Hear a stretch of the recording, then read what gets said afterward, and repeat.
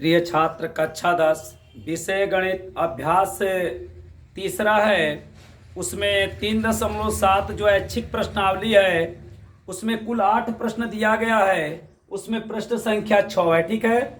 और देखिए, जैसा प्रश्न संख्या 6 है वैसा ही आप प्रश्नावली 3.2 में अंतिम सवाल आप पढ़े थे, ठीक है।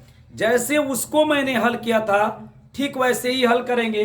पार्ट संख्या 73 है और एक एक पार्टों का आप अच्छे तरीके से समझें। यदि बातें ना समझ में आए तो कमेंट करें, ठीक है ना। और चैनल यदि अच्छा लगे तो उसको आप सब्सक्राइब करें, ठीक है। अधिक से अधिक दोस्तों में शेयर भी करें ताकि सबको इसका लाभ मिल सके। देखिए, प्रश्न संख्या 24 के बाद 2 प्रश्न रह जाएगा। मैं पढ़ रहा हूं, आपको 100% बातें समझ में आएगा, ये मेरा वादा नहीं, आपके साथ मैं विश्वास जता रहा हूं। अब देखिए क्या कह रहा है। समीकरणों 5x माइनस वाई बराबर 5 और 3x माइनस वाई बराबर 3 का ग्राफ खींचिए। देखिए, 2 समीकरण दिया गया है और कह रहा है कि इन समीकरणों का आप ग्राफ खींचिए, ठीक। अब देखिए क्या कर रहा है, पहले सवाल को समझ। इन रेखाओं और वाई अक्ष से बने त्रिभुज के शीर्षों के निर्देशांक। मैंने कह रहा है कि समीकरण जो ये 5x माइनस वाई बराबर 5 है और 3x माइनस वाई बराबर 3, इसका जब ग्राफ खींचेंगे तो वाई अक्ष से एक त्रिभुज बनेगा और उस त्रिभुज के शीर्षों के निर्देशांक आपको बताना है कि त्रिभुज के शीर्ष के निर्देशांक क्या होंगे और इस प्रकार बने त्रिभुज के क्षेत्रफल का परिकलन करिए। आप बताइए कि वह त्रिभुज का क्षेत्रफल कैसा है, कहां त्रिभुज का क्षेत्रफल है, उसको आपको दिखाना है। तो देखिए, मैं एक बात बता दे रहा हूं।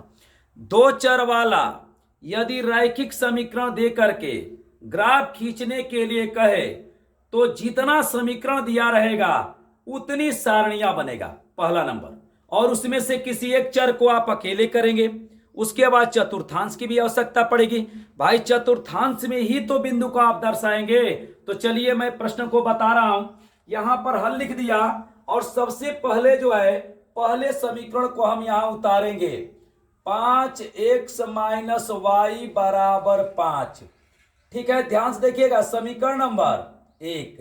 अब कुछ करेंगे नहीं, हमारी बातों को समझिए। ये समीकरण है ना, अब हम बनाएंगे सारणी और इस समीकरण से निकालेंगे बिंदु और उस सारणी को भर देंगे और जो क्रिया इसमें करेंगे वही क्रिया इस समीकरण में भी करेंगे, ठीक है। तो देखिए कर रहे हैं, अब ध्यान से देखिएगा। चलिए, इस साइड में मैं एक सारणी भी बना दे रहा हूं। कहां बना दूं, तो चलिए नीचे बना दे रहा हूं, ठीक है। यहां पर बना दें, चलिए इस साइड में बना दे रहा हूं, ठीक है। बहुत बड़ा नहीं है, बहुत छोटा सा एक सारणी 2 खाने का हम बनाएंगे, ठीक है। देखिए, यह सारणी जो है इस समीकरण के लिए भी बनेगी और ऐसा ही सारणी इस समीकरण के लिए भी बनेगा, x और 1 में y। चलिए उसे भी मैं लिख दे रहा हूं, उस समीकरण को भी लिख दे रहा हूं। देखिएगा, ये 3x माइनस वाई बराबर 3 समीकरण नंबर 2।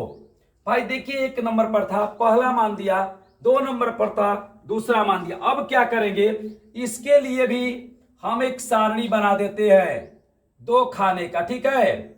बहुत बड़ा नहीं बनाना है, 2 खाना काफी है। वैसे आपकी इच्छा, आप जितने खाने का दिल करे उतने खाने का बनाइए, कोई इसमें हस्तक्षेप नहीं है, ठीक। अब देखिए एक्स वाई, चलिए अब बनाना प्रारंभ करते हैं। ध्यान से देखिएगा, इसी सारणी को हम भरेंगे और उसके बाद सीधा एल और उल्टा एल, जो कि मैं अपने अंदाज में बताता हूं कि चतुर्थांश कैसे बनाया जाता है। तो चलिए यहां पर आ गए हैं। सबसे पहले इसमें का किसी एक चर को अकेले करिए। तो एक बात मैं बता दे रहा हूं, आप x को अकेले करिए या y को अकेले करिए, लेकिन जिस चर को आप अकेले करेंगे उसके पास कोई अंक नहीं रहना चाहिए। कहेंगे आप सर ऐसा क्यों करते हैं, ऐसा कर देने से एक चर का मान रखते हैं तो दूसरे चर का मान स्वतः निकल जाता है, ठीक है। तो चलिए इसमें का हम y को अकेले कर दे रहे हैं। देखिए 5x, इसको इधर कर दीजिए, -5 बराबर y। देखिए y अकेले हो गया। कहेंगे सर x को अकेले करें, किसी को कर सकते हैं। अब देखिए लिखेंगे x बराबर 1 रखने पर, ठीक है, 1 रखने पर ध्यान से देखिएगा, अच्छी तरीके से आप बनाइएगा। ठीक है, पेपर में जाएगा तो इस समीकरण को बनाने के बाद इसको नीचे कर दीजिएगा, कोई बात नहीं है। अब देखिए 5 गुणे 1 माइनस 5 बराबर y। अब देखिए 5 में 1 का गुणा होगा 5 माइनस 5 बराबर y। और 5 में से 5 गया भाई, 5 में से 5 गया, कट गया या घट जाएगा तो हो जाएगा 0। अब एक हमें बात बता दीजिए, आपने x के जगह पर क्या रखा 1, तो इसमें भर दीजिए 1, तो y का मान क्या आ गया 0। ठीक, अब एक मान और निकालते हैं इसी समीकरण में। ये जो पहला समीकरण लिख रहे हैं, x बराबर 0 रखने पर,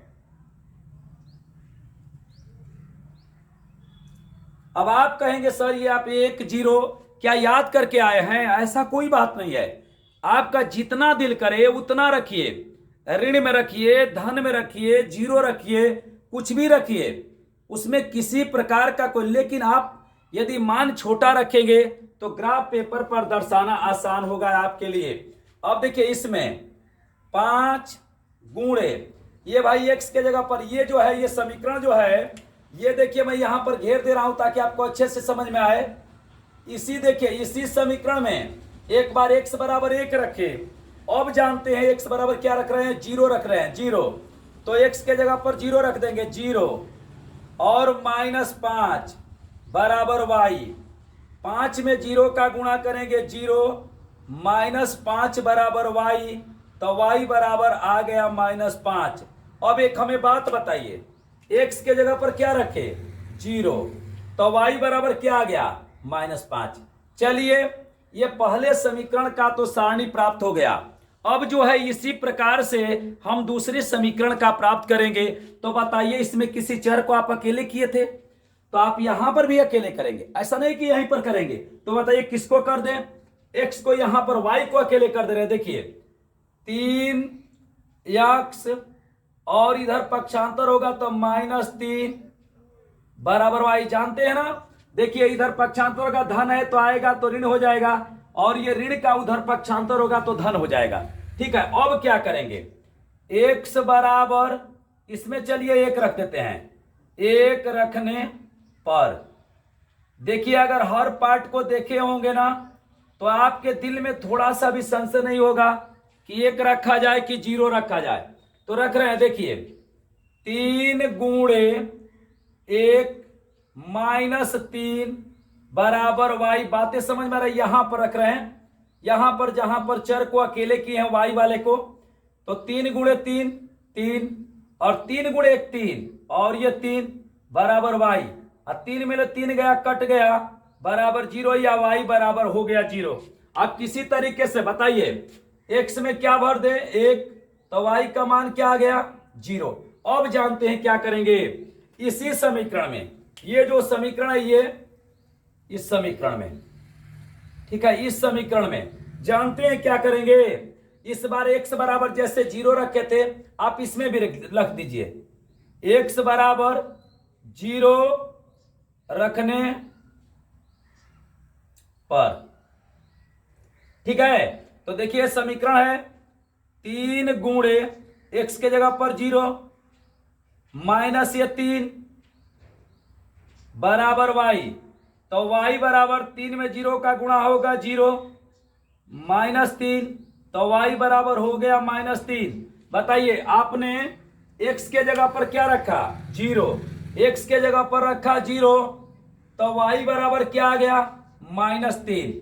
अब तो आपको क्लियर हो चुका है, बात समझ में आ गया। देखिए जो ये समीकरण था पहला, उसमें से y को मैंने अकेले कर दिया, बाकी सबको 1 को रख करके x बराबर 1 रखा, पुनः x बराबर 0 रखा, तो ये 2 मान हमें मिल गए। और उसी तरह से समीकरण नंबर 2 में भी y को अकेले करके x बराबर 1 रखे और x बराबर 0 रखे, तो ये दोनों मान मिल गए। और इन्हीं दोनों मानों को हम ग्राफ पेपर पर अब क्या करेंगे, दर्शाएंगे। तो देखिए मैं बता दे रहा हूं, ग्राफ पेपर में जो चतुर्थांश होता है, ऊर्ध्वाधर और जो क्षैतिज रेखाएं होती है, उसको मैं अपने अंदाज में कैसे बताता हूं। देखिए आप क्या करेंगे, जब कभी भी ग्राफ पेपर बनाने के लिए कहे तो मेरी बातों को सुनिए। देखिए हम बनाते हैं एक सीधा एल, ये मेरा अंदाज है, ठीक है। एक सीधा एल बनाते हैं, ठीक है, और एक बनाते हैं उल्टा एल, ठीक है। एक सीधा एल और एक बनाते हैं उल्टा एल। देख लीजिए मेरा भी चतुर्थांश बन के तैयार हो गया। ये ग्राफ पेपर की बात है। अब देखिए सीधा एल इसको कहते हैं, तो ये वाला धन होता है, ये वाला धन होता है, और उल्टा एल का दोनों सिरा क्या होता है, ऋण होता है। लेकिन इसका नाम लिखते हैं वाई डैश, और इसको मैं लिख दे रहा हूं एक्स, और इसको एक्स डैश लिख दे रहा हूं। जैसा कि आप जानते हैं कि ये धन में होता है, ये ऋण में होता है, ऊपर धन होता है, नीचे ऋण होता है, इसीलिए मैं सीधा एल कहता हूं। सीधा एल वाला धन होता है, सीधा एल वाला क्या होता है, ये धन, ये पूरा धन, और यहां से उल्टा करते हैं तो ऋण हो जाता है, ठीक। अब देखिए ये जो सारणी बनाए हैं, इसमें सबसे बड़ा अंक देखिए कितना है, तो सबसे बड़ा अंक 5 है, तो इस पर भी 5 तक संख्या लिख डालिए इस पर, और हर चारों जो है, चारों ओर आप 5 तक संख्या लिख दीजिए समान समान दूरी पर। तो देखिए लिख रहे हैं, यहां पर 1, बताइए सही है, यहां पर 2, यहां पर 3, और यहां पर 4, और यहां पर 5।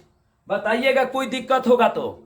देखिए हम अपने मन से समान दूरी पर लिखे हैं, और देखिए ये एक्स अक्ष है, एक्स मूल बिंदु के दाएं ओर धनात्मक और बाएं ओर ऋणात्मक, -1, -2, -3, -4 और -5, ठीक है, हो गया।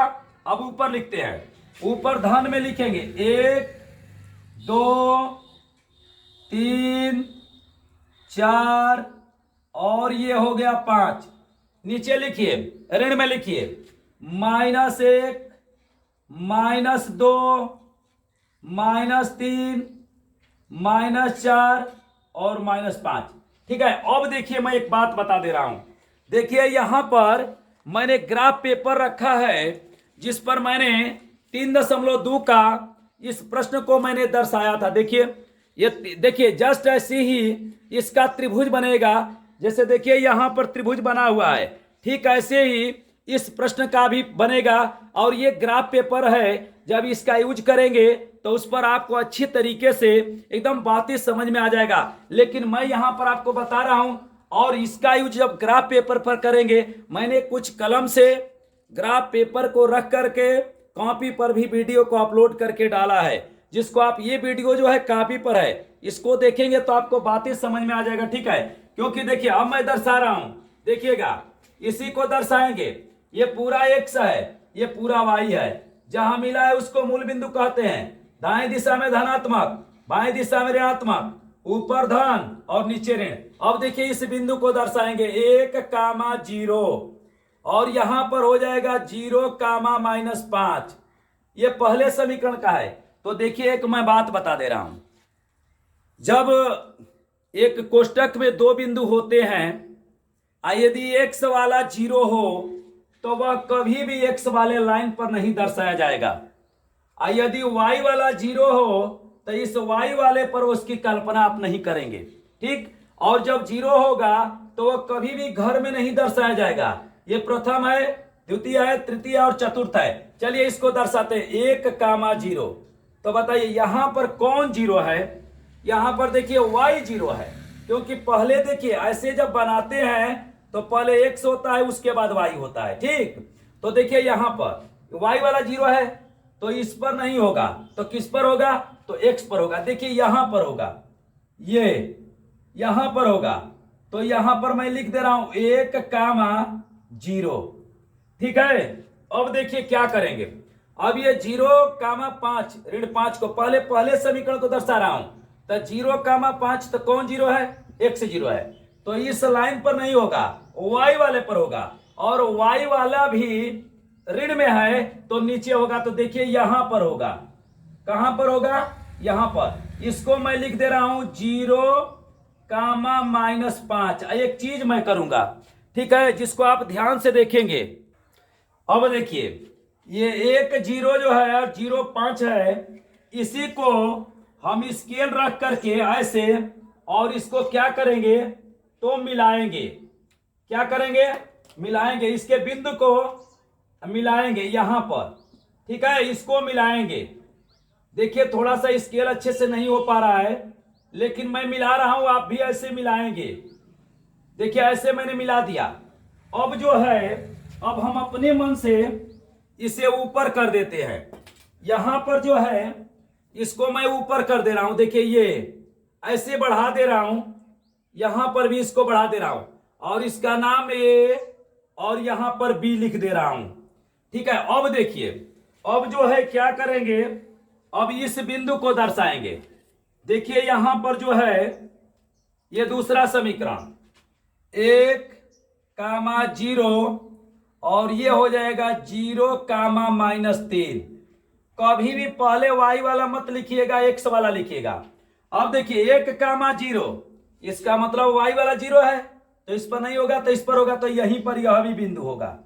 देखिए ये भी बिंदु है, यहीं पर होगा। एक है, देखिए यहां पर थोड़ा सा उसी पर से लाइनिंग चली गई है, इसीलिए नहीं बुझा रहा है, तो मैं साइड में यहां पर 1 लिख दे रहा हूं, ठीक है। अब देखिए 0,-3, देखिए x वाला 0 है तो इस पर नहीं होगा, तो यहां पर देखिए ये है, तो क्या लिख दें यहां पर लिख देंगे 0,-3। अब क्या करेंगे? अब आप कुछ नहीं करेंगे, आप इसको स्केल रख करके ऐसे और इसको मिला डालिए। देखिए इसको मिला दीजिए, ठीक है। ऐसे ही आप पेपर पर भी, कॉपी जो मिलेगा ग्राफ पेपर, उस पर भी आप ऐसे ही बनाएंगे। अब देखिए आपका जो है, इसको मैं थोड़ा ऊपर कर दे रहा हूं और इसको ऐसे हाथ से मैं नीचे कर दे रहा हूं, ठीक है। और इसका नाम मैं सी और डी लिख दे रहा हूं, ठीक। आइए आप बताइए, अब देखिएगा ध्यान से। ये देखिए, ये जो है यहां पर मैं पी लिख दे रहा हूं, और यहां पर मैं आर लिख दे रहा हूं, और यहां पर एम, और देखिए पी आर एम, ये त्रिभुज बन गया है पी आर एम। तो बताइए P का निर्देशांक 1,0, और इसको मैं ऐसे रंग दे रहा हूं, ठीक है। देखिए ऐसे आप ग्राफ पेपर पर सवाल को बनाएंगे, और देखिए आपका त्रिभुज का तैयार हो चुका है। देखिए एम आर एम, एक भुजा आर पी और एक भुजा पी एम हो गया। तो बताइए ये कह रहा है इसके निर्देशांक बताइए, तो लिखेंगे त्रिभुज किसमें? P, देखिए यहां पर P है, और देखिए ये R है, R, और यहां पर M लिखे हैं, M के निर्देशांक बताइए ना क्या होगा, बताइए। देखिए मैं लिख रहा हूं, P का निर्देशांक बताइए। P 1,0, सही हो गया। अब देखिए R का निर्देशांक बताइए। R देखिए ये R लिखा गया है 0,-3। चलिए ये M का निर्देशांक बता दीजिए, M का तो 0,-5। इस प्रकार से यही आपका आंसर हो गया। कह रहा है कि इस प्रकार बने त्रिभुज का क्षेत्रफल का परिकलन कीजिए, तो देखिए यही PRM, यही त्रिभुज का है क्षेत्रफल। इस प्रकार से ये प्रश्न बन गया। नेक्स्ट अगले वीडियो में